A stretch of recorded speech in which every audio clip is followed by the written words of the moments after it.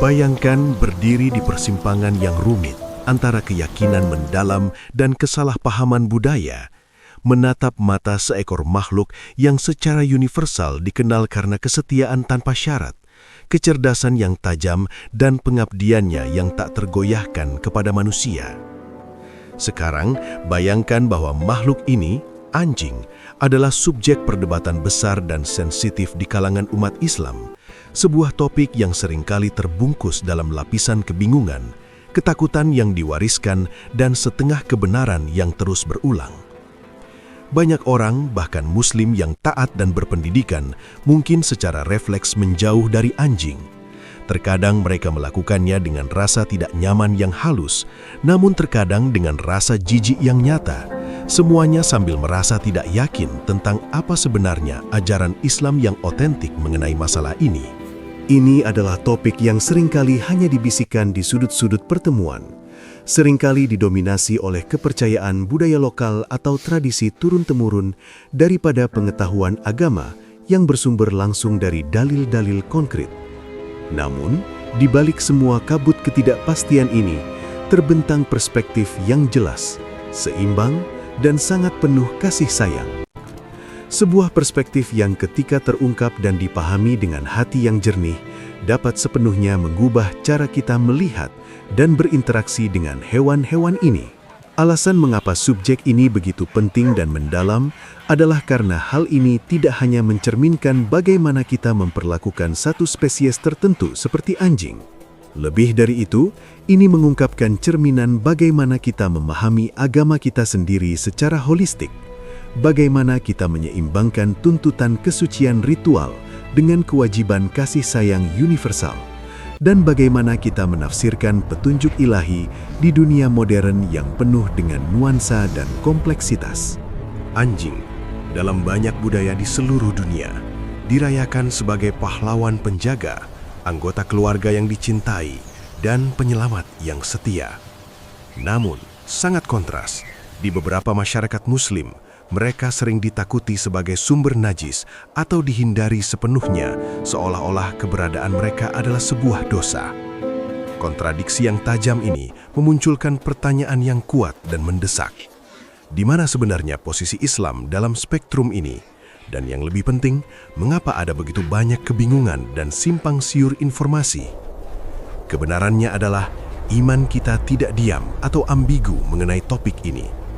Islam berbicara dengan jelas, rinci, dan indah melalui ayat-ayat suci Al-Quran dan hadis-hadis Nabi Muhammad SAW yang penuh hikmah.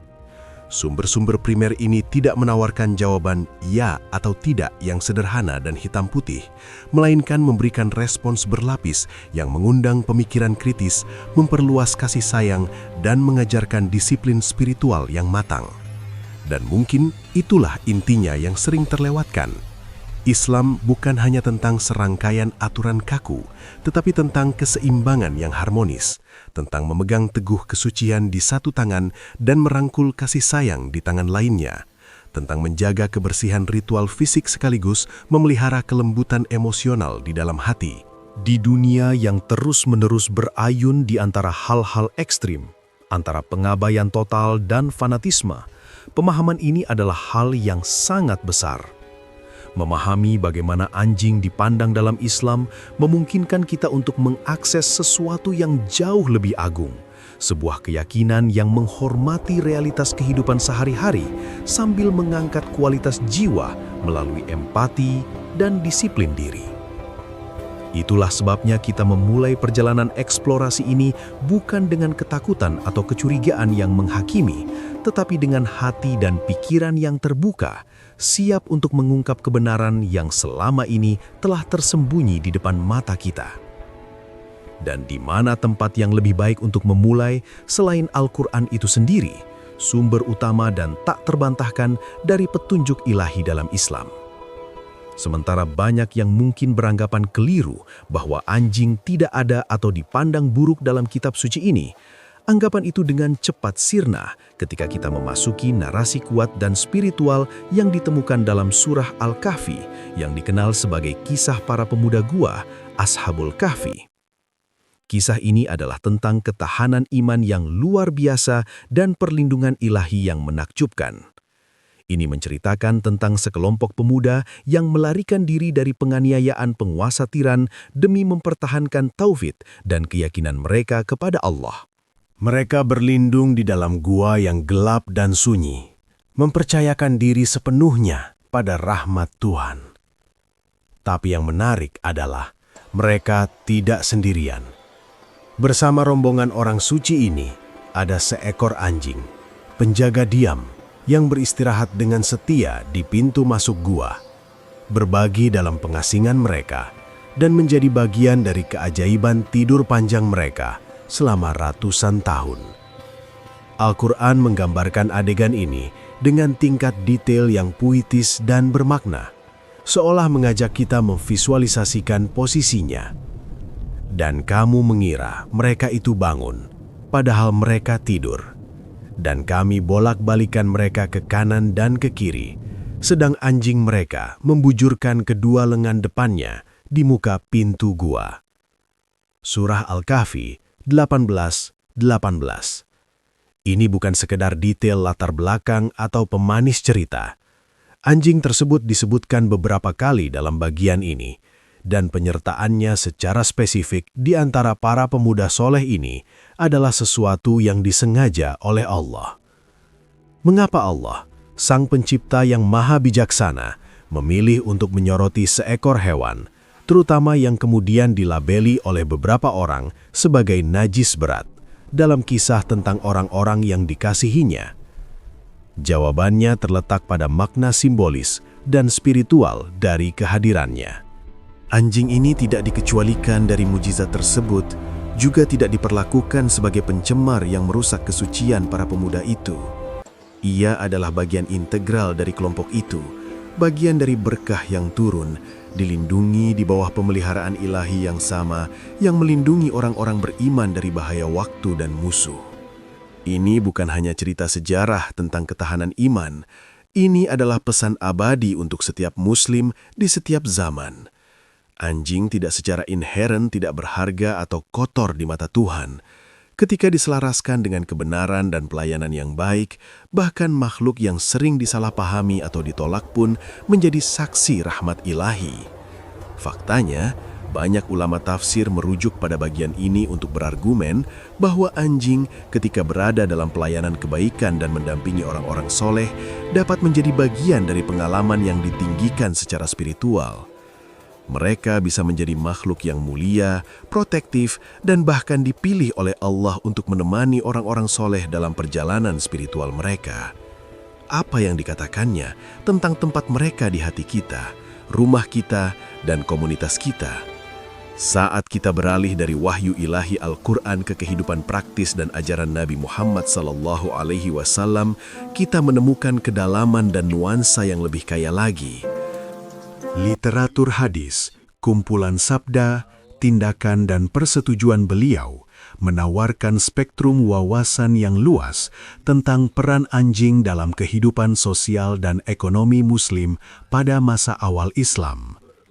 Jauh dari dikesampingkan atau dibuang, anjing muncul di seluruh hadis dalam berbagai konteks yang positif, sebagai pemburu yang terampil, penjaga yang waspada, pelindung ternak, dan penerima kasih sayang manusia. Salah satu contoh paling jelas dan hukum yang tegas terletak pada ranah berburu. Nabi SAW secara eksplisit mengizinkan umat Islam menggunakan anjing terlatih, mu'allam, untuk menangkap hewan buruan demi rezeki. Dalam Sahih Bukhari, beliau bersabda dengan jelas, "Jika seekor anjing yang terlatih untuk berburu menangkap hewan buruan untukmu, kamu boleh memakannya." Ini bukan sekedar izin biasa, ini adalah tanda kepercayaan yang tinggi pada peran hewan tersebut. Anjing tidak dianggap sebagai pencemar makanan yang membuatnya haram, tetapi justru sebagai alat terpercaya dan mitra dalam mencari rezeki yang halal. Bahkan gigitannya pada hewan buruan tidak menajiskan daging tersebut hingga tak boleh dimakan. partisipasinya dalam perburuan tidak membatalkan kehalalan daging tersebut. Malahan, pelatihannya dihormati dan perannya dihargai sebagai perpanjangan tangan manusia. Demikian pula, anjing diakui fungsi vitalnya dalam menjaga keamanan. Dalam riwayat lain, Nabi menyatakan, barang siapa memelihara anjing kecuali untuk berburu atau menjaga ternak, pahalanya akan dikurangi 2 kirot setiap hari. Ini mungkin tampak seperti peringatan keras pada pandangan pertama, tetapi sebenarnya jika ditelaah, ini menunjuk pada pengecualian hukum yang penting. Memelihara anjing untuk alasan yang sah dan fungsional, seperti mengembalakan ternak, menjaga kebun, atau menjaga properti, tidak hanya diperbolehkan, tetapi juga dikecualikan dari hukuman pengurangan pahala tersebut. Kekhawatirannya bukanlah pada kebencian terhadap anjing itu sendiri, melainkan pada pemeliharaan anjing yang sia-sia, tidak bertanggung jawab, atau yang dilakukan hanya untuk gaya hidup, tanpa memperhatikan aspek kebersihan atau kewajiban agama. Tetapi, ketika kebutuhannya valid dan manfaatnya jelas, pahalanya tetap utuh. Islam, sekali lagi, menunjukkan komitmennya terhadap keseimbangan antara ibadah dan kepraktisan hidup. Kemudian, tibalah mungkin narasi yang paling menyentuh hati dari semuanya. Kisah seorang pelacur dari Bani Israel yang bertemu dengan seekor anjing yang kehausan di tengah gurun panas di dekat sebuah sumur. Dia melihatnya terengah-engah, menjilati tanah basah, sangat membutuhkan air untuk bertahan hidup. Tanpa ada orang lain di sekitar untuk dipamerkan, dan tanpa mengharapkan imbalan dari manusia, dia melepas sepatunya, menuruni sumur yang dalam, mengisinya dengan air, dan memuaskan dahaga anjing itu. Karena tindakan kasih sayang kecil namun tulus ini, Allah mengampuni dosa-dosa besarnya. Pikirkan tentang implikasi teologisnya. Seorang wanita yang telah menjalani kehidupan yang mungkin dihakimi dengan sangat keras dan dipandang hina oleh banyak orang, diberikan pengampunan dan surga bukan melalui gerakan ibadah ritual yang besar, tetapi melalui kebaikan murni kepada hewan yang menderita. Pada saat itu, anjing tersebut menjadi perantara rahmat ilahi, kunci tak terduga menuju keselamatan abadi. Hadis ini tidak hanya mengangkat derajat anjing sebagai makhluk yang layak dikasihi, tetapi mendefinisikan ulang pemahaman kita tentang kesalehan sejati. Ini mengajarkan bahwa kasih sayang, bahkan kepada makhluk yang mungkin dihindari atau dianggap rendah oleh banyak orang, lebih dicintai oleh Allah dan memiliki bobot timbangan yang berat daripada kesalehan kaku yang kering tanpa belas kasih. Ajaran Rabi tidak membatasi nilai hewan hanya pada fungsinya bagi manusia. Ajaran tersebut memperluasnya ke hakikat keberadaan mereka itu sendiri. Mereka adalah bagian dari ciptaan Allah yang mulia, dan karena itu mereka berhak mendapatkan perawatan, kasih sayang, dan rasa hormat kita sebagai khalifah di bumi. Tapi bagaimana dengan masalah kesucian yang sering diperdebatkan? Bagaimana dengan kekhawatiran yang sering diulang bahwa anjing itu najis dan harus dijauhkan dari tempat sholat agar ibadah sah? Disinilah banyak kesalahpahaman dimulai dan di mana kejelasan fikih sangat dibutuhkan. Islam memang menempatkan kepentingan luar biasa pada kesucian ritual atau taharah, terutama sebelum melakukan tindakan penyembahan kepada Sang Pencipta. Tetapi ini tidak berarti seluruh hewan itu najis, jahat, atau tidak berharga. Itu berarti kita dipanggil untuk berhati-hati dan menjaga kebersihan fisik, bukan menjadi takut secara irasional dan menghindar dengan kebencian. Nabi memang bersabda, jika seekor anjing minum dari bejana salah satu dari kalian, maka harus dicuci 7 kali, salah satunya dengan tanah. Hadis ini yang tercatat dalam Sahih Bukhari dan Muslim telah menjadi dasar bagi hukum fikih bahwa air liur anjing adalah najis berat, mughallazah dalam beberapa mazhab. Tetapi sangat penting untuk mengenali ruang lingkup hukum tersebut secara proporsional. Ini secara spesifik mengacu pada air liur dan wadah makan minum, bukan vonis atas seluruh eksistensinya. Pembedaan ini adalah kuncinya. Ini mengajarkan kita bagaimana menjaga protokol kesucian tanpa melemparkan penghakiman moral atau kebencian terhadap hewan itu sendiri. Mencuci bejana adalah tindakan ketaatan ritual, bukan pernyataan permusuhan. Berbagai mazhab pemikiran Islam menafsirkan aturan ini dengan variasi yang memperkaya khazanah hukum kita. Mazhab Maliki misalnya memiliki pandangan yang sangat berbeda. Mereka menganggap anjing sebagai hewan hidup tidak najis secara esensi. Bagi mereka, aturan penyucian bejana 7 kali adalah perintah ta'abudi, ritual ibadah murni, dan bukan karena kenajisan zatnya. Sementara itu, mazhab Hanafi menekankan pada air liur dan mulutnya sebagai najis, namun tidak menganggap bulu atau tubuh anjing yang kering sebagai najis, sehingga sentuhan fisik tanpa kelembapan tidak membatalkan kesucian. Secara keseluruhan, para ulama setuju pada satu hal. Tujuannya adalah menjaga standar kebersihan yang tinggi, bukan penistaan terhadap ciptaan Allah. Faktanya, dengan mengizinkan anjing dalam peran tertentu seperti berburu dan menjaga, dan bahkan mengakui kehadiran mereka dalam kisah-kisah mulia Al-Quran, Islam mengungkapkan tujuan yang lebih dalam, untuk membimbing umat Islam dalam menjalani kehidupan yang disiplin, penuh perhatian, dan penuh kasih sayang. Ini bukan tentang pengucilan atau segregasi total, tetapi tentang manajemen dan tanggung jawab. Anda dapat mengambil manfaat dari layanan anjing, berbagi ruang kehidupan dengannya, dan bahkan merawatnya dengan kasih sayang mendalam, selama Anda tetap menjaga batasan kebersihan untuk keperluan ibadah sholat. Itulah keindahan bimbingan Islam yang komprehensif. Ia tidak menuntut pelepasan diri dari dunia nyata, tetapi mengundang Anda untuk melaluinya dengan kesadaran penuh, keanggunan sikap, dan kasih sayang yang meluas. Dan ketika kita merangkul pemahaman yang holistik itu, semuanya mulai masuk akal. Anjing tidak dilarang untuk eksis. Mereka diatur interaksinya. Mereka bukan makhluk najis yang terkutuk. Mereka adalah bagian dari sistem ekosistem ilahi yang memanggil kita untuk menyeimbangkan cinta kita pada ciptaan dengan pengabdian ritual kita kepada Sang Pencipta. Ketika dilihat melalui lensa kebijaksanaan ini, setiap hadis, setiap ayat, setiap aturan fikih menjadi batu loncatan menuju iman yang lebih kaya, lebih dewasa, dan lebih welas asih. Ketika Anda menyingkirkan semua perdebatan ilmiah yang rumit dan aturan di permukaan, apa yang tersisa di inti Islam adalah detak jantung kemanusiaan, denyut kasih sayang yang mengalir deras melalui setiap ayat Al-Quran, setiap perintah syariat, dan setiap contoh kenabian.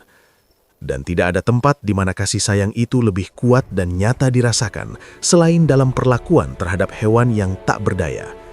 Islam tidak hanya sekedar mengizinkan kebaikan terhadap hewan, Islam memerintahkannya dengan tegas. Islam mengangkatnya menjadi kewajiban moral, sesuatu yang mencerminkan kondisi kesehatan jiwa seseorang. Dan anjing yang sering terperangkap dalam kekusutan tabu budaya dan interpretasi legalistik yang kaku, tidak terkecuali dari aturan universal kasih sayang ini. Bayangkan kembali adegan ini dengan lebih hidup. Seorang wanita yang dikucilkan dan dihina oleh masyarakatnya sendiri, dikenal luas karena dosa-dosanya, berjalan sendirian di jalan gurun yang tandus dan mematikan.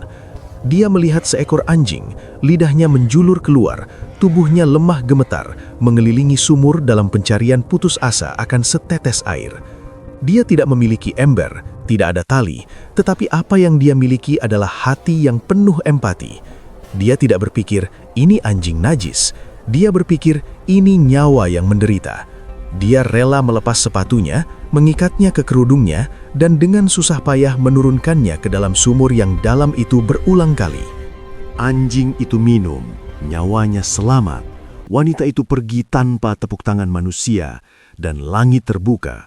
Bukan dengan kemurkaan atas dosa masa lalunya, tetapi dengan rahmat yang melimpah.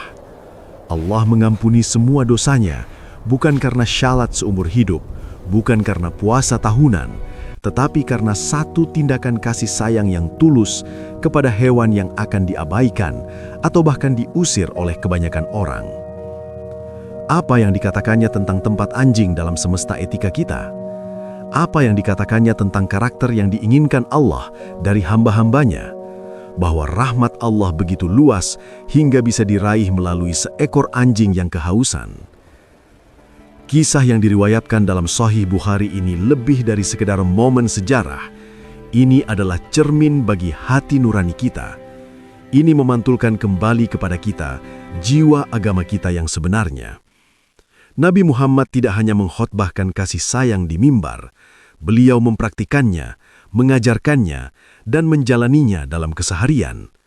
Beliau mengingatkan pengikutnya bahwa fi kulli kabidin rotbatin ajrun, pada setiap hati yang basah, makhluk bernyawa, terdapat pahala sedekah.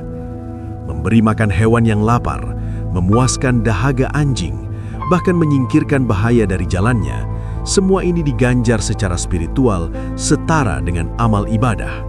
Hewan tersebut tidak perlu berguna bagi kita, tidak perlu jinak, atau tidak perlu menjadi hewan yang dicintai secara budaya. Keberadaannya sebagai makhluk bernyawa saja sudah cukup untuk mendapatkan hak perawatan dari kita. Namun, Nabi SAW tidak berhenti pada dorongan positif. Beliau juga memperingatkan dengan tegas terhadap sebaliknya, kekejaman, penelantaran, dan kesombongan manusia terhadap mereka yang tidak dapat berbicara untuk membela diri. Dalam satu riwayat yang mengerikan dan menjadi peringatan keras, juga ditemukan dalam Sahih Bukhari, seorang wanita dikutuk masuk ke neraka. Mengapa? Bukan karena dia tidak sholat, tetapi karena dia mengurung seekor kucing. Dia tidak memberinya makan, tidak memberinya minum, dan tidak membiarkannya berkeliaran untuk mencari makan dari serangga bumi. Hewan itu mati perlahan karena kelaparan dan penderitaan, dan untuk kekejaman itu, hukumannya adalah neraka. Lalu, apa yang harus kita pikirkan tentang mereka yang memukuli anjing, menyiksa mereka, atau mengusir mereka dengan lemparan batu dan rasa jijik hanya karena mereka pernah mendengar sepotong informasi bahwa anjing itu najis?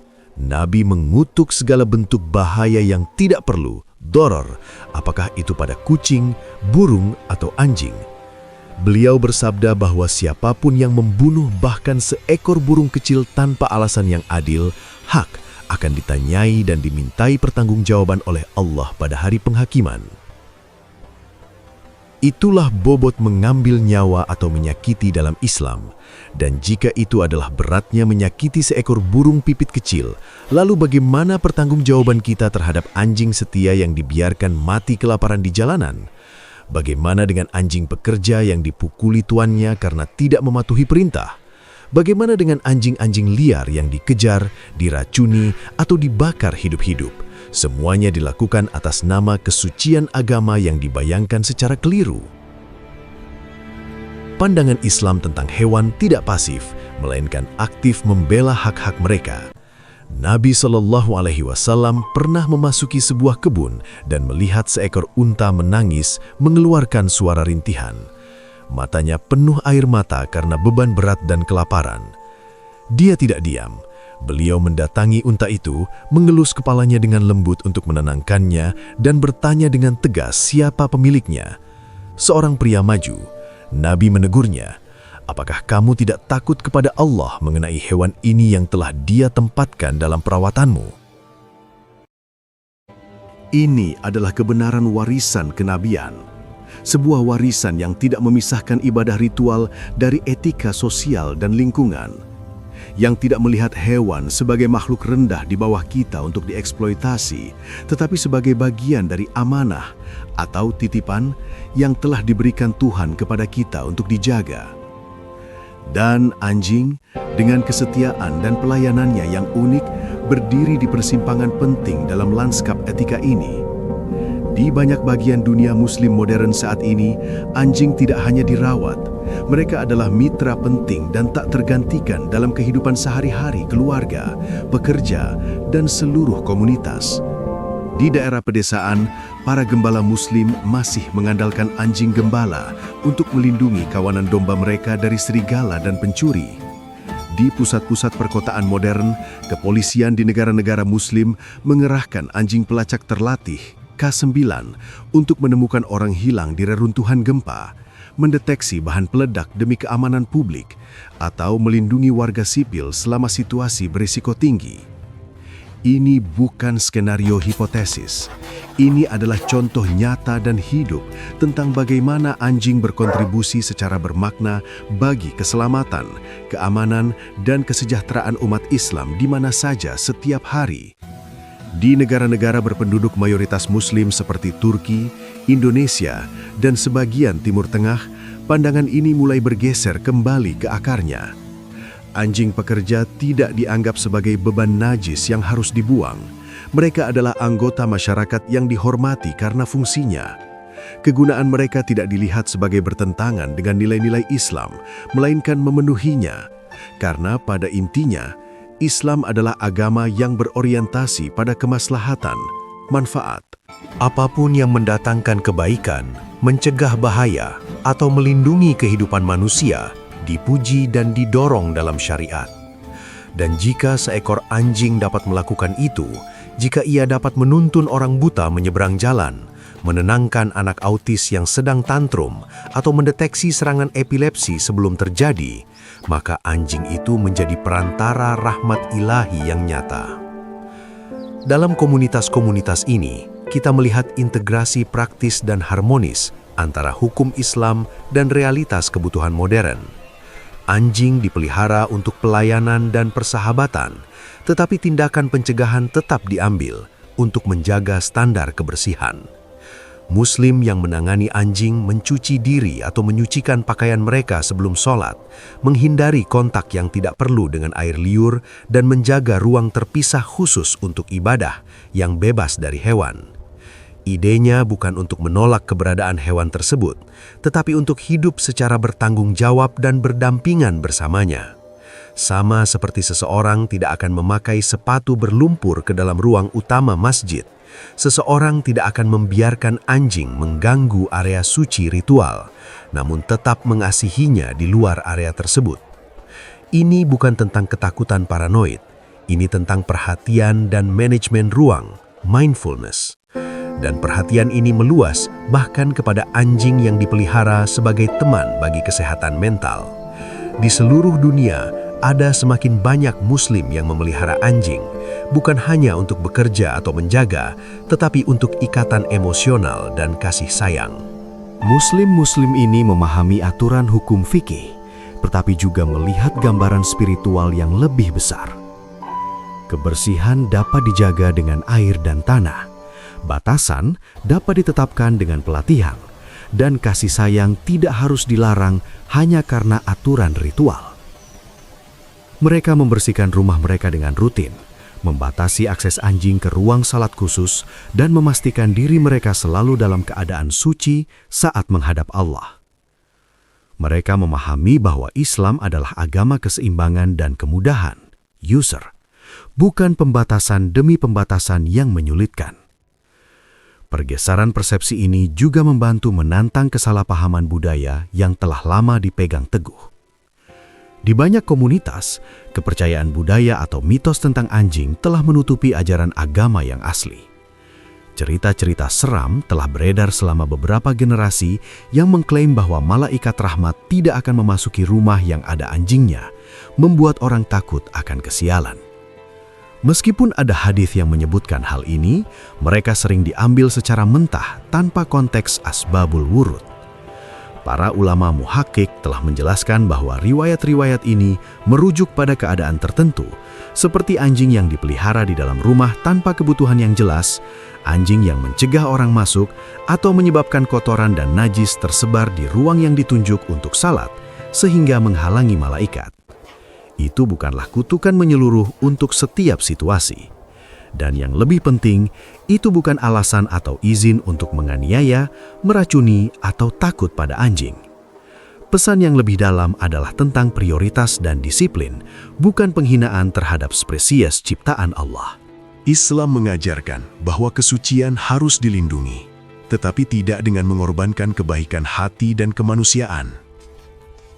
Aturan tentang kebersihan dimaksudkan untuk membimbing kita menuju kesempurnaan ibadah, bukan untuk mengeraskan hati kita menjadi batu. Jika dipahami dengan benar, Aturan-aturan itu membantu kita hidup selaras dengan seluruh ciptaan Allah, bukan berkonflik dengannya. Disinilah peran ulama dan pemuka agama menjadi sangat krusial. Ulama sepanjang sejarah Islam telah terlibat dalam perdebatan mendetail dan kaya tentang status anjing, bukan untuk menistakan mereka, tetapi untuk lebih memahami cara hidup bertanggung jawab di sekitar mereka. Imam Malik, pendiri mazhab Maliki yang berbasis di Madinah, kota Nabi, tidak menganggap anjing najis secara default. Ini adalah pandangan yang sangat kuat yang berakar pada praktik penduduk Madinah awal. Mazhabnya berpendapat bahwa hanya air liurnya yang perlu dibersihkan sebagai bentuk ritual, dan bahkan itu diperlakukan dengan hati-hati, bukan dengan paranoia atau rasa jijik. Imam Abu Hanifah dari mazhab Hanafi menawarkan penalaran serupa yang pragmatis. Penekanannya selalu pada pengelolaan kontak dan kebersihan, bukan melarang keberadaan hewan tersebut secara mutlak. Sayangnya, diskusi bernuansa dan kaya ini jarang dibagikan kepada publik umum. Apa yang sampai ke telinga rata-rata Muslim seringkali hanyalah versi aturan yang disederhanakan dan dipangkas habis. Anjing itu najis, haram, jangan sentuh mereka, titik. Tetapi penyederhanaan ini adalah kerugian besar bagi intelektualitas komunitas. Karena ketika aturan dilepaskan dari hikmah dan konteksnya, aturan itu menjadi penghalang kaku, bukan jembatan menuju Tuhan. Mereka memupuk ketakutan tak berdasar, alih-alih pemahaman yang mendalam. Dan mereka menjauhkan orang dari keindahan keyakinan yang justru dimaksudkan untuk mengangkat derajat mereka. Dalam lingkungan informasi yang dangkal inilah, kesalahpahaman berkembang subur. Banyak Muslim saat ini benar-benar percaya bahwa memiliki anjing adalah haram mutlak, bahwa memeliharanya, bahkan untuk keamanan atau kebutuhan, adalah dosa besar yang tak terampuni. Mereka mungkin menghindari menolong anjing yang terluka, bahkan ketika mereka mampu. Mereka mungkin menyangkal kesempatan anak-anak mereka untuk belajar empati melalui interaksi dengan alam, semua karena ketakutan yang salah informasi. Tetapi kebenarannya lebih welas asih, lebih fleksibel, dan lebih indah dari itu. Islam tidak pernah menyuruh kita membenci anjing atau hewan apapun. Islam menyuruh kita untuk bersih dalam ibadah, berhati-hati dalam interaksi, dan bersikap baik dalam perlakuan. Ketika ketiga nilai itu dipahami dan diamalkan bersama, mereka menciptakan jalan tengah di mana anjing tidak dilarang tetapi dipahami posisinya, tidak ditakuti tetapi dihormati fitrahnya, tidak dijauhi tetapi dirangkul kebermanfaatannya. Selama kita berjalan di jalan itu dengan kesadaran hukum dan ketulusan hati. Ini adalah pandangan seimbang yang ditawarkan Islam, pandangan moderat yang menghormati ritual ibadah vertikal kepada Allah dan realitas kehidupan horizontal sesama makhluk. Pandangan yang memanggil kita untuk melindungi kesucian sajadah kita dan kesejahteraan hewan-hewan kita, kesempurnaan wudhu kita, dan kedalaman empati kita. Pandangan yang tidak mengharuskan kita memilih posisi ekstrim antara kesucian ritual dan kasih sayang universal, tetapi mengajarkan kita cara menjunjung tinggi keduanya secara bersamaan, berdampingan dalam harmoni. Islam tidak meminta kita memilih antara menjadi soleh atau menjadi baik hati. Islam memanggil kita untuk mewujudkan keduanya, untuk merawat semua ciptaan Allah dengan martabat, rasa hormat, dan kebijaksanaan. Dan ketika kita benar-benar memahami integrasi ini, hati kita terbuka lebar, ketakutan irasional kita melunak, dan iman kita semakin dalam karena kita melihat kebesaran Pencipta dalam setiap makhluknya. Jika perjalanan menelusuri pemahaman ini memberi Anda kejelasan, kenyamanan, atau perspektif baru yang menyegarkan, saya mengundang Anda untuk membagikan pesan damai ini kepada orang lain. Mari kita ganti kebingungan dengan pemahaman yang terang. Mari kita bangun komunitas iman yang menghormati kesucian tanpa kehilangan kasih sayang, karena dengan melakukan itu, kita menghormati semangat Islam itu sendiri yang merupakan rahmatan lil alamin, rahmat bagi seluruh alam semesta. Terima kasih telah menyimak. Jangan lupa untuk menyukai, berkomentar, dan subscribe untuk konten yang lebih berakar pada pengetahuan yang mendalam. hati yang bersih, dan iman yang teguh. Sampai jumpa lagi di pembahasan selanjutnya. Semoga kedamaian, rahmat, dan keberkahan Allah menyertai Anda semua dan setiap makhluk di sekitar Anda.